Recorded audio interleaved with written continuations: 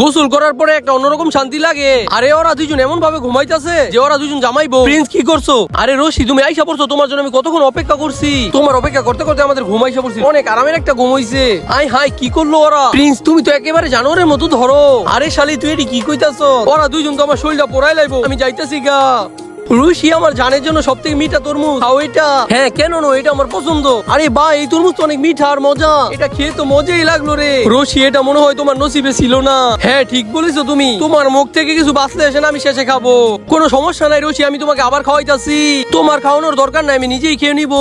তুমি তো অনেক ক্ষুধার্ত, মনটাই চাইতাছে এই শালিরও খেয়ে লাই। প্রিন্স চলো আমরা কোথাও বাইরে ঘুরতে যাই, ওরা তোমায় অনেক জ্বালাইতাছে, ওদের ডামা তো বন্ধই হইতাছে না। তরমুজটাই খেয়ে নেই, ঠিকভাবে শুকিয়ে দাও প্রিন্স, তুমি কিন্তু ঠিকভাবে করছো না। ঠিক আছে অনেক ভালো লাগছে, আমার চুল অনেক সফট হয়ে গেছে। চলো তাড়াতাড়ি গোসল করে নেই। আর এটা কি ওরা দুজন আবার একসাথে? প্লিজ আমাদের ভুল ভাইবো না, আমাকে কেউ ভালোবাসে না জানি, তোমরা ভিডিওতে কেউ লাইক সাবস্ক্রাইব করবে না।